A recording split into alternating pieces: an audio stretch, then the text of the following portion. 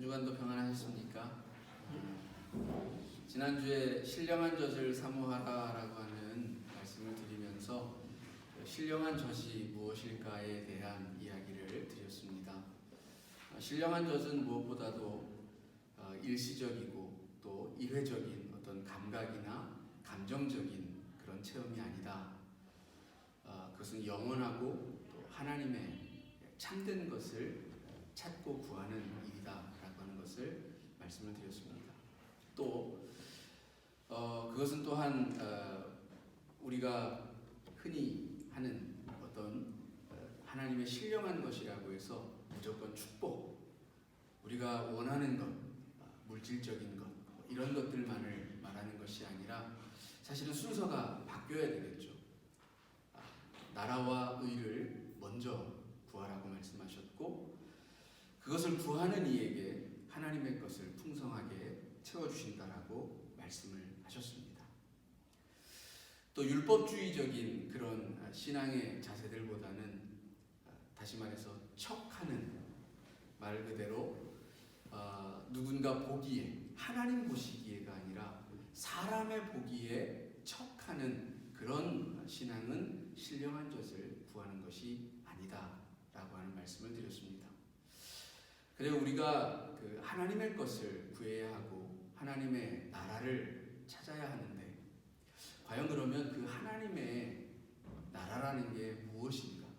그리고 그 나라는 어떻게 이루어지는가? 라고 하는 질문을 갖게 되어집니다. 오늘 이 질문을 염두에 두시면서 함께 말씀을 나누어 보겠습니다. 이 하나님 죄송합니다.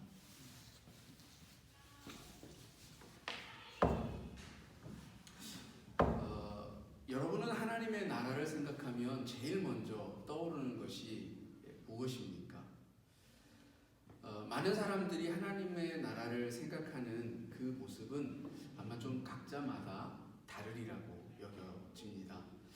성경에서 말씀하고 있는 어떤 그런 하나님의 나라의 모습도 있겠지만 각자 꿈꾸는 어떤 그런 부분들이 이 성경과 얼마나 일치할까 하는 그런 생각도 해보게 되어집니다.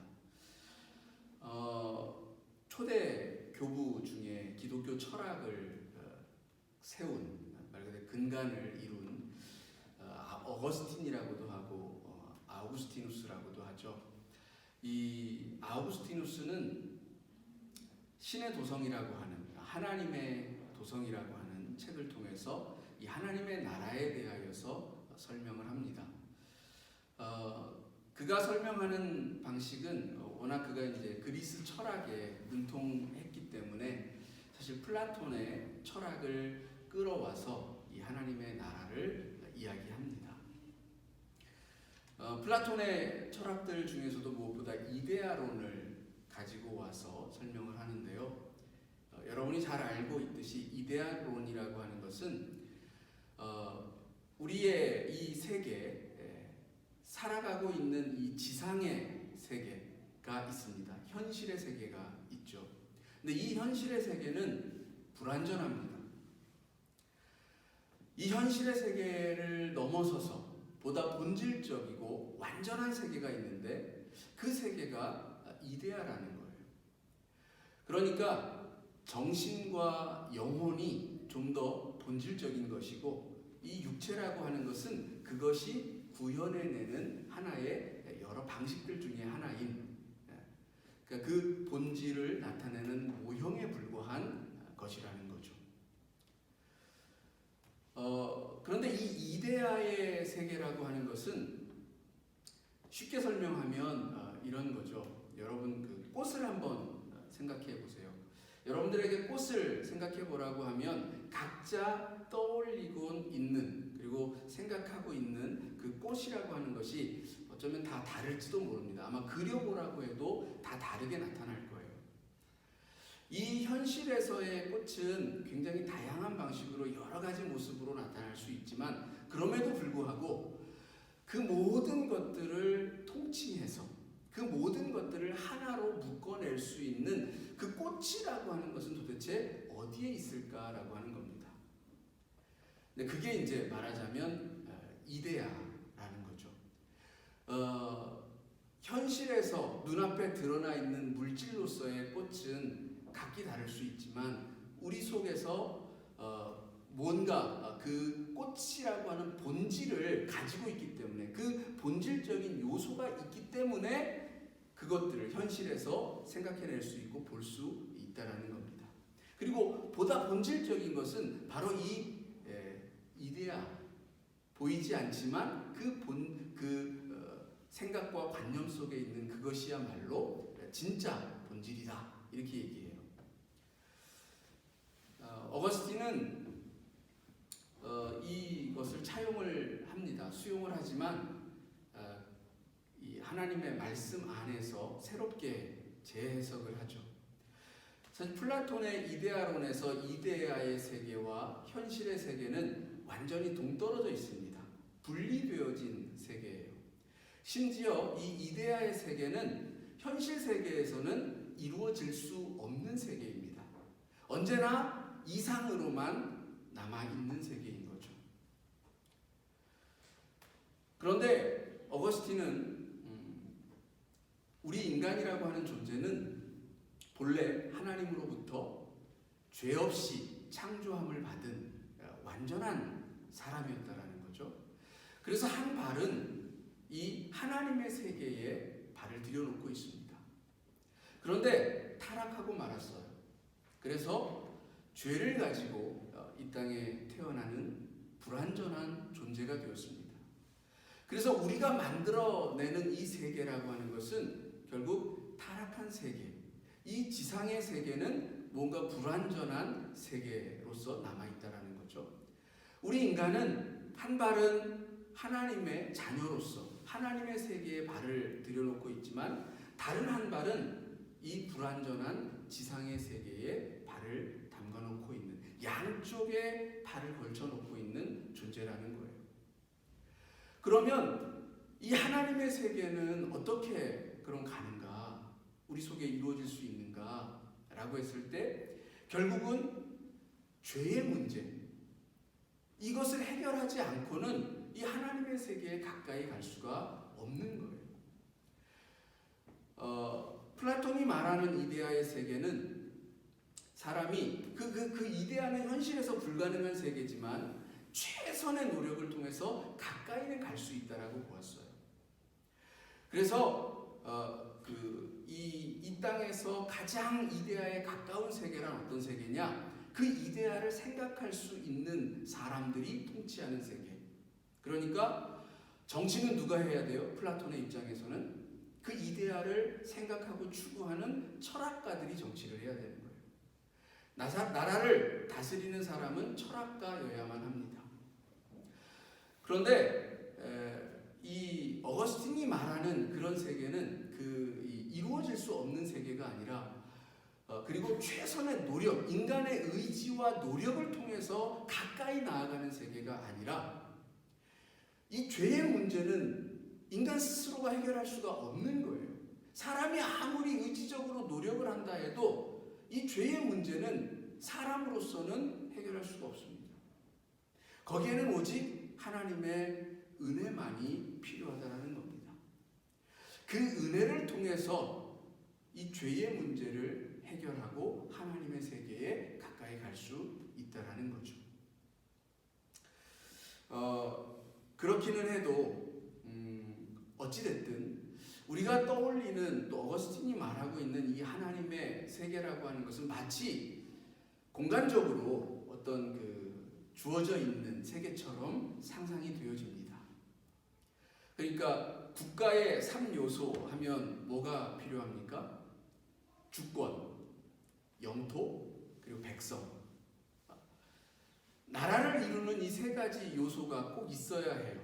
그러니까 우리가 나라, 하나님의 나라를 이렇게 떠올리면 그것도 이제 나라니까 영토, 어떤 공간적인 의미를 떠올릴 수밖에 없다라는 얘기죠. 그래서 우리의 이 생각 속에 어떤 것들이 있냐면 이 하나님의 세계를 어떤 공간의 이동으로 이렇게 떠올리는 이미지적으로 이렇게 그리는 분들이 있어요. 물론 그것은 개인적인 종말이나 우주적인 종말 이후에 새롭게 시작되어지는 세계를 떠올릴 때 가능합니다. 우리가 죽음을 맞이하고 우리의 영혼은 하나님께로 간다라고 이야기를 합니다. 그 영혼이 머무는 세계를 하나님의 나라로서, 그러니까 새로운 공간적인 이미지로서 하나님의 세계를 떠올린다라고 하는 것이죠.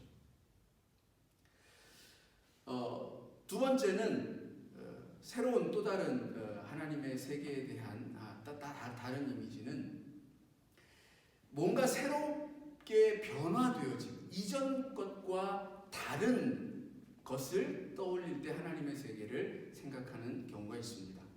무슨 얘기냐 하면 내 삶이 지금 너무나도 힘이 들어요. 지쳤어요. 너무 피곤해요. 이 세계를 벗어나고 싶어.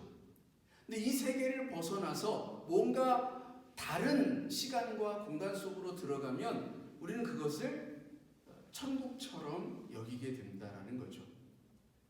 예를 들면 일상에 너무 찌들어 있던 사람이 어떤 대자연의 품에서 휴식을 취할 때에 이렇게 표현합니다. 아, 여기야말로 천국이구나. 그와 같이 자기의 삶에 있어서 어떤 변화를 이루는 것, 이것을 두고 또 하나님의 나라라고도 생각할 수가 있을 것입니다. 우리에게 있어서 여러분들은 어떤 이미지로 하나님의 나라를 떠올릴지는 모르겠습니다. 실제적이고 구체적인 공간적인 의미로서 하나님의 나라일지, 아니면 이전과 다른 세계로서의 어떤 질적인 변화로서의 하나님의 세계일지 모르겠습니다. 실질적으로 이 하나님의 말씀이, 이런 그 하나님의 말씀이 그 초대교회 우리나라만 하더라도 굉장히 많은 사람들에게 위로를 주었습니다. 특별히 가난한 사람들, 어렵고 힘든 질고의 삶을 살아가고 있던 사람들에게 하나님의 나라라고 하는 것은 굉장히 큰 소망이었어요. 내가 비록 이 땅에서는 힘들고 어려운 삶을 살아가고 있지만 이 땅에서는 종의 신분으로 그 신분에 갇혀서 너무나도 힘겨운 하루하루의 삶을 버티고 있지만 내가 하나님의 나라에 들어가면 내 신분이 바뀌어진다. 이런 기대와 소망이 저들에게는 큰 위로가 되어졌던 것입니다.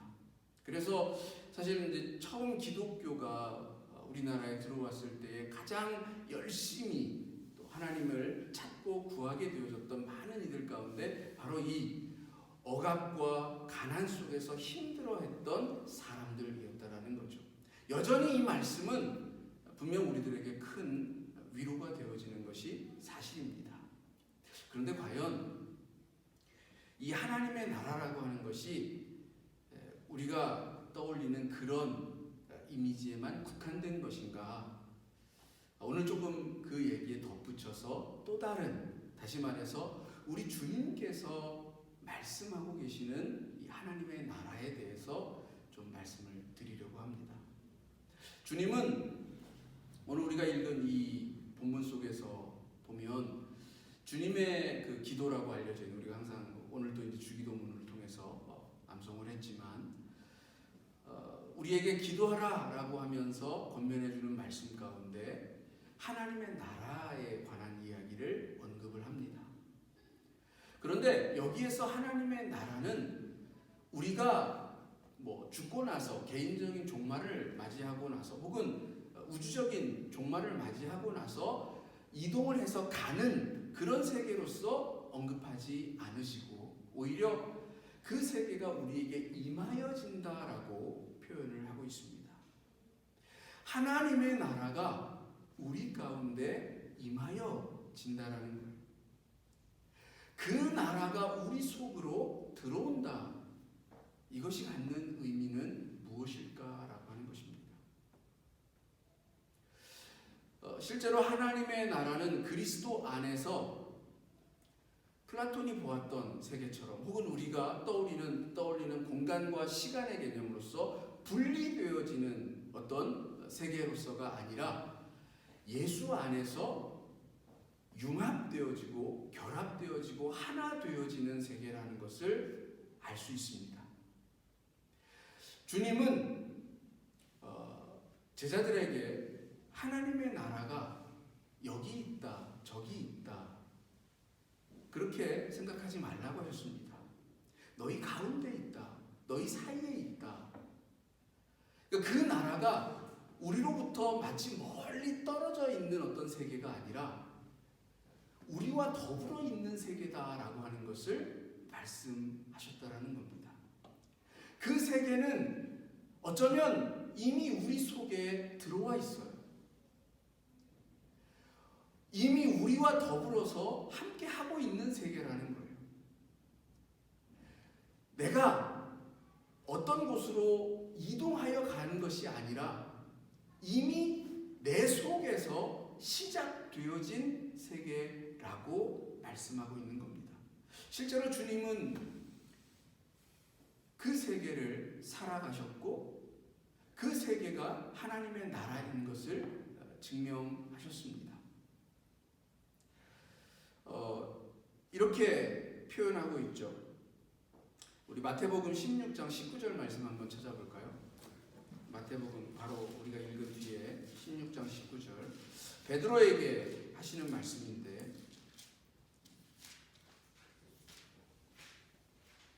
16장 19절에서 어떻게 말씀하시는지 우리 한번 같이 읽어보겠습니다. 시작. 내가 천국 열쇠를 내게 주리니 내가 땅에서 무엇이든지 매면 하늘에서도 매일 것이요 내가 땅에서 무엇이든지 풀면 하늘에서도 풀리리라 하시고,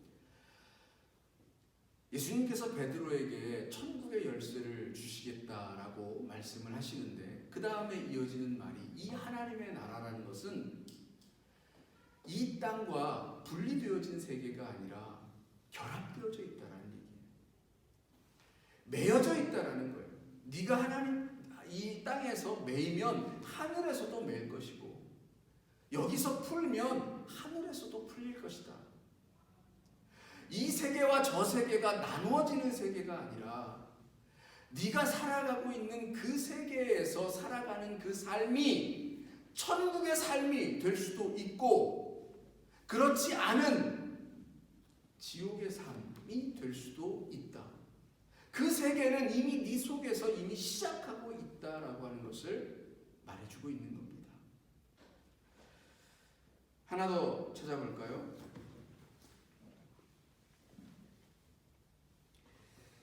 이사야서로 가보겠습니다. 이사야서 65장 구약성경 이사야서 65장 25절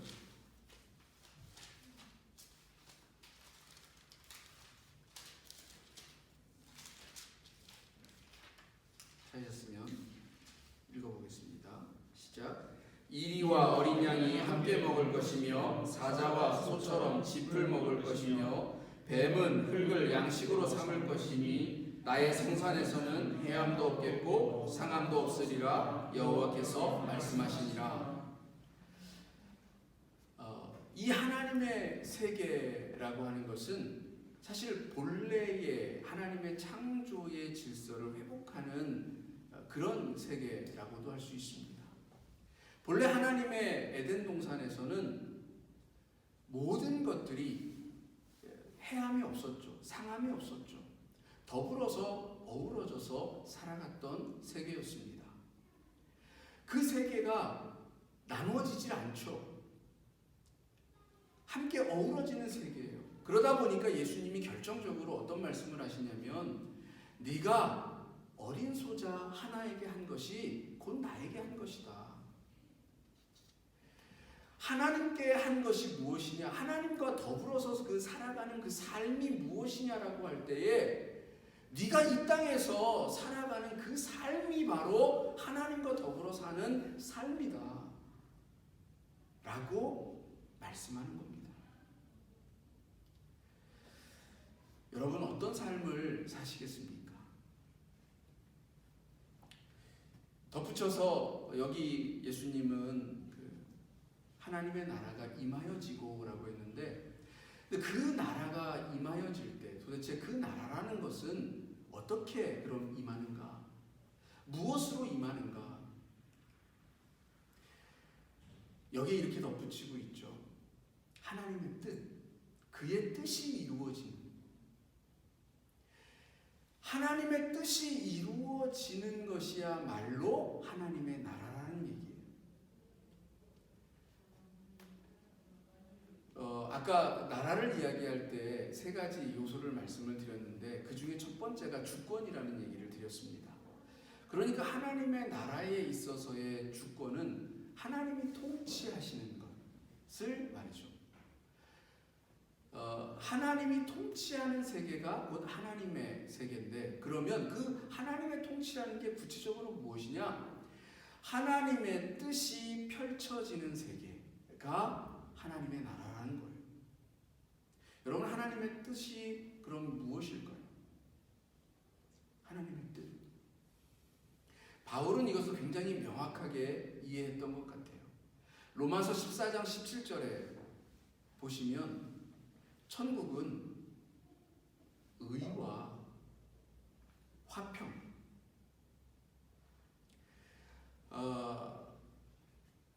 하나님의 나라라고 하는 것이 구체적으로 무엇인가?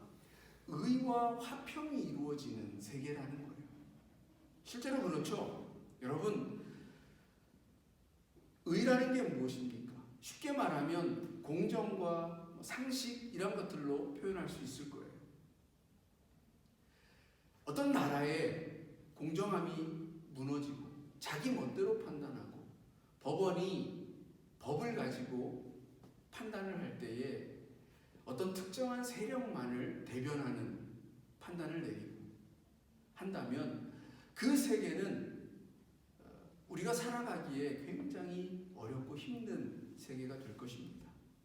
그런 세계가 바로 아비규환의 세계이고 지옥과 같은 세계예요.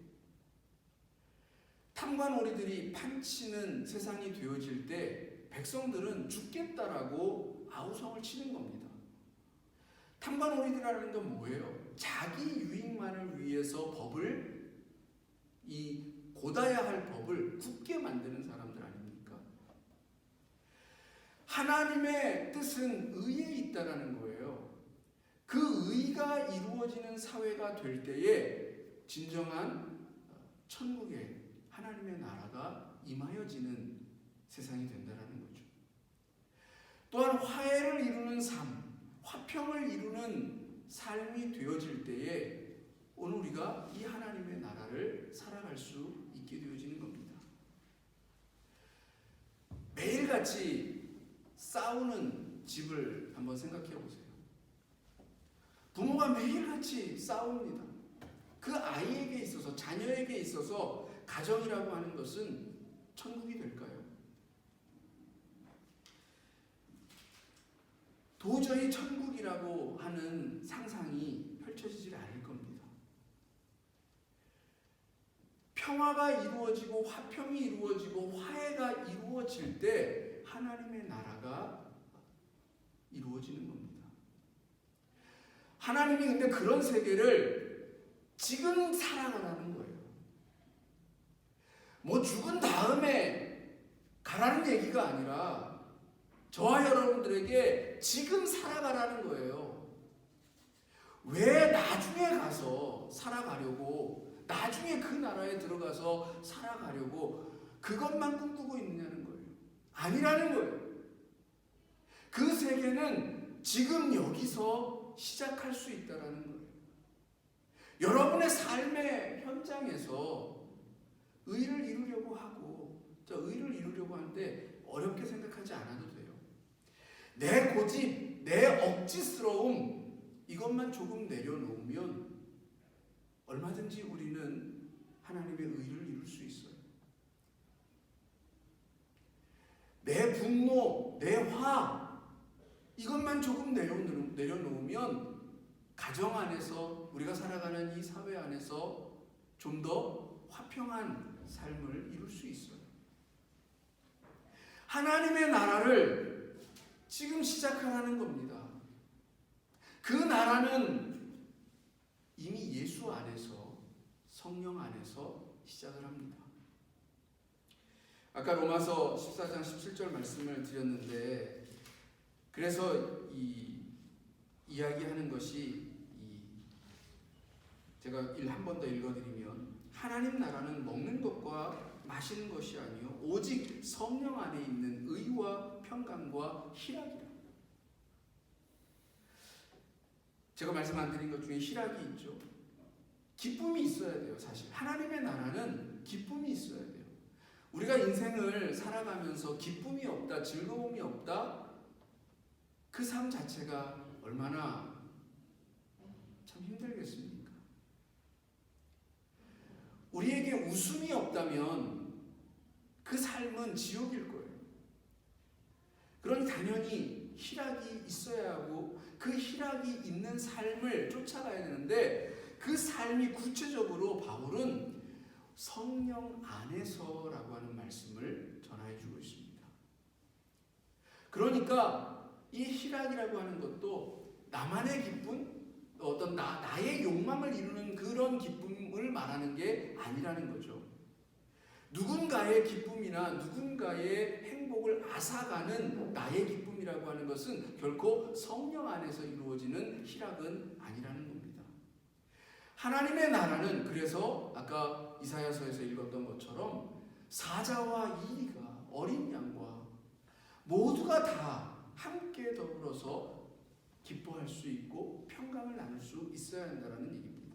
그런 하나님의 나라, 그것을 오늘 여기서 여러분의 가정에서 여러분의 자녀들과 여러분의 이웃들과 함께 시작하라는 겁니다. 주님은 그 나라를 말씀하십니다. 오늘 우리들에게 새롭게 인식되어질 그 하나님의 나라를 여러분 살아가시기를 바랍니다. 교회 공동체를 이루는 것도 마찬가지입니다. 이 교회는 하나님의 나라의 모형이라고 이야기했습니다. 이 교회 공간 자체가 우리가 모이는 이 현장이 하나님의 나라의 모습을 닮아야 한다는 거예요. 그러자면 이 속에서도 의와 평강과 희락이 이루어져야 한다는 얘기입니다. 그 삶을 성령 안에서 그리고 주의 은혜로 이루어가는 저와 여러분들, 또 올 한 해의 임원 여러분들이 되시기를